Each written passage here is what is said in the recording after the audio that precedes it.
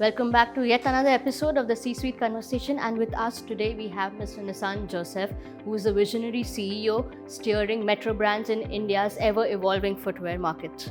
Today with us, he's going to be sharing some hard-won insights on leadership, decision-making and cultivating leaders for the future. Join me in the conversation. Metro Brands is one of the largest Indian footwear specialty retailers and is amongst the aspirational Indian brands in the footwear category. The company opened its first store under the Metro brand in Mumbai in 1955 and have since evolved with a one-stop shop for all footwear needs. By retailing a wide range of branded products for the entire family, including men, women, unisex and kids, and for every occasion, including casual and formal events. In addition to men's, women's and kids' footwear, it also has a wide range of handbags, belts and wallets, etc. Metro Brands retailers footwear under its own brands of Metro, Mochi, Walkway, Da Vinci, as well as certain third-party brands such as Crocs, Flip Flop, Fila, Skechers, Clarks, Puma, Adidas, Foot Locker and much more. The Metro footwear range is specially curated based on the regional sensitivity to cater to the needs of different regions. Marksman Daily presents C-Suite Conversations. Mr. Joseph, thank you so much for giving us your time and welcome to the C-Suite Conversation. Thank you. Great to be here. So my very first question is going to be about you because I'm very intrigued with our first, conversation. Who are you like beyond the boardroom? Who am I like beyond the boardroom? Oh, well, that's an interesting question. I think I'm a very positive person in general. I have a high level of energy. I tend to know what I like and I know what I don't like. So I'm pretty cut and dried about that. I think life is a lot like math. It's based on math, right? What goes in comes out. 1 + 1 = 2.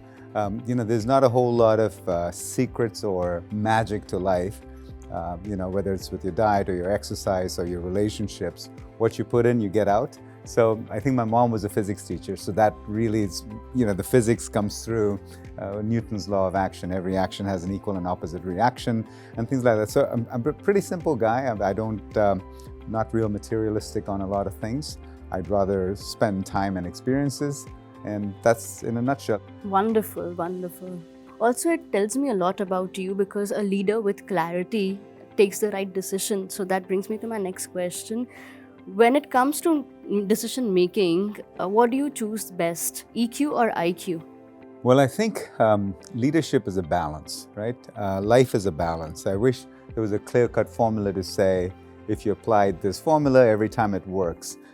When you get to leadership positions, you're invariably making decisions that require you to think through a lot of different factors. Those factors include obviously the financials and the investments and so on and so forth, which then gets to the IQ part of it, right? What is the intellectual part of it?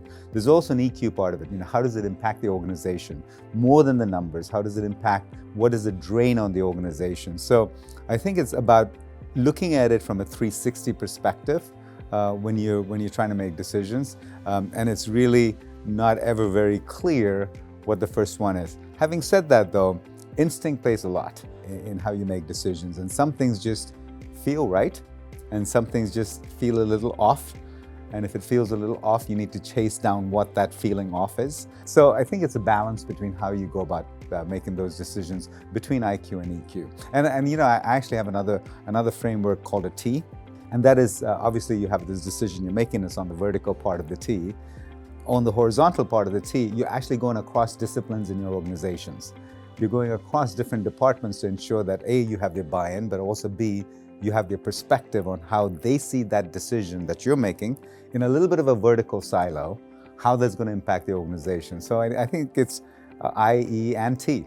So, going back to the leadership styles, what is your leadership style like? First of all, I don't think I listen enough. I don't think people in general listen enough, right? And I think I'm definitely a good example of that person. Leaders can always listen even more. So that's number one, right? I think also there's a certain amount of situational leadership that is required. You've got to be nimble as a leader. What needs to be consistent is the values that you bring to that decision process, to that leadership process. You need to be consistent in how you treat people. You should have some basic norms that, when, there's that golden rule, people never remember what you said, but they'll always remember how you make them feel through a conversation, through an interaction. And making sure you don't lose sight of that, even if it's a tough conversation, tough decisions, easy times, good times. So I think while the leadership style may be a little situational, because there are times you got to be forceful and be tough and decisive, and there's times you can be more empathetic and listen a little bit more or be a little bit more on the EQ side. The foundation has to be the same. So you're always giving this consistent message, and nobody's perfect, and I'm darn sure I'm not. But you try to give that consistent message that, listen, we're here and we value what you're doing. So that's how I would say is my leadership style. It's pretty situational, but it's consistent in terms of what I value and what I don't value. As a leader, again, day in, day out, you're making decisions, you're facing challenges. Sometimes, your own personal challenges, you could possibly bring some stress from home to work. How is it that you balance yourself when it comes to spirituality or grounding yourself? I think the way I consider spirituality is in how you treat the world around you. It is not about there's a force or a power above you that you feel you have to adhere to. It comes out in how you interact with the people every day around you. And it's tough. It's tough because as a leader, you have to be fair and consistent, but every situation is a little different. The decisions that come up to you tend to be much more complex. So it's tough to always have that groundedness. But I also believe we all have a primal morality. We're born with it. We instinctively know what the right thing to do is.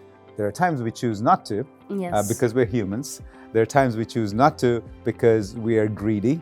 There are times we choose not to because we're impatient.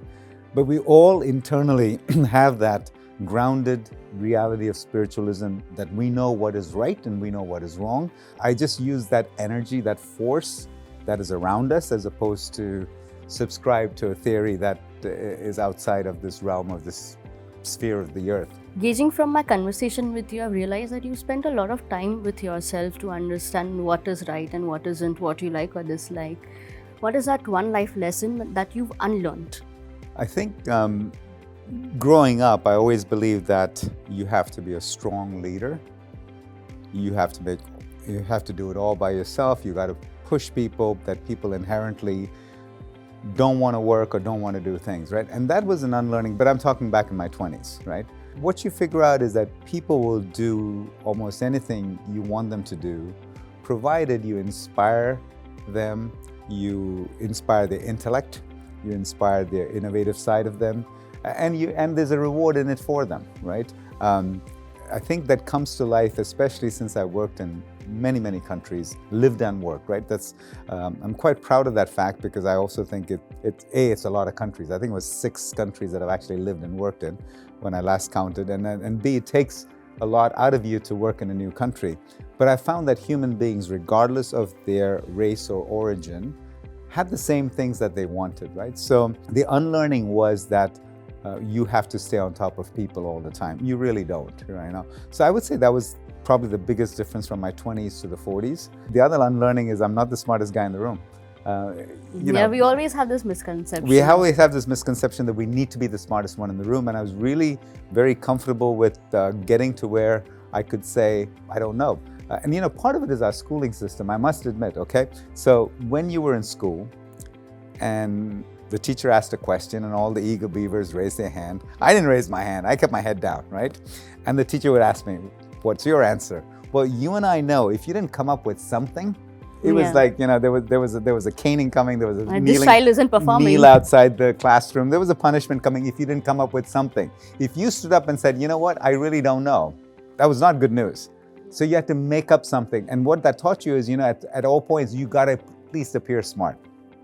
And I found that, when you come across as vulnerable, when you come across as not smart, it really doesn't take away from you being a strong person. It actually endears you to people and they think of you as a stronger person. So that was a big unlearning, that I have to be this perfect human being. And I think I also realized that when my wife married me, that she married a less than perfect human being. So it's okay to be imperfect. This brings me to my last question for you. What is that words of wisdom or piece of advice you'd like to give aspirants who are joining the retail business? Well, I think retail in India is very complex, right? Not because it's as an industry very complex, but when you look at the consumers in India, it's very complex because tastes vary vastly between the north and the south and the east and the west, and from state to state. Inside a state, it can also vary. Climates vary. Thank God for things like the GST that have at least unified some of the taxation and some of the paperwork required, but there's still a lot of local things that you got to go through. So it's very complex to be able to operate in India. So that's number one. Number two, it's a very capital-intensive game, which is why you see a lot of Indian companies, more so than any other part of the world, franchise a lot of the operations, right? There are more franchise, as a percentage, more franchise operations in India than anywhere else, and that's just a perception, but I bet you the data will back it, right? If you really dig deep in, yeah. So, because capital is very expensive. And the other thing with retail too is that, it's a cash game, but cash is not what it's alone about. It's about profitability. You may be losing profits, but have cash. But you also, you owe a lot of your vendors money, right? So it's always being financially astute and careful in retail. So, I would say, so it comes down to complexity is one, capitalization is the other one, that's important, and then acute financial, or having some good financial acumen to understand where you're headed. And then the other thing too is understanding the various festivals between the difference between Onam and Durga Puja, and understanding how that affects the community, what that means to that community, and how you can best serve that community through your stores is also very critical, and it's constant, right? And especially when it's very competitive in nature, because if you go to one store, it has a legacy, the other one, and the shoe and the pattern, the way it's seen, the comfort. I think customer experience has also been changing quite a bit. I think the consumer is changing. The expectations are changing, right? And that is exciting, because it used to be you were just happy to find a shoe store that was nice and clean, and you could go in and get some shoes. Today, they expect a lot more than that, and we love that. We love that because it creates an area where we can differentiate ourselves from the competition. Great. Thank you so much for your time, sir. My pleasure. Thanks for having me, Sakshi. Mr. Joseph's energy has been extremely contagious. Having spent some time with him, I've learned a lot in the last few minutes. From decision making to grounding activities, spirituality as a leader, and much more. Thank you for viewing C-Suite Conversation, and look forward to many more.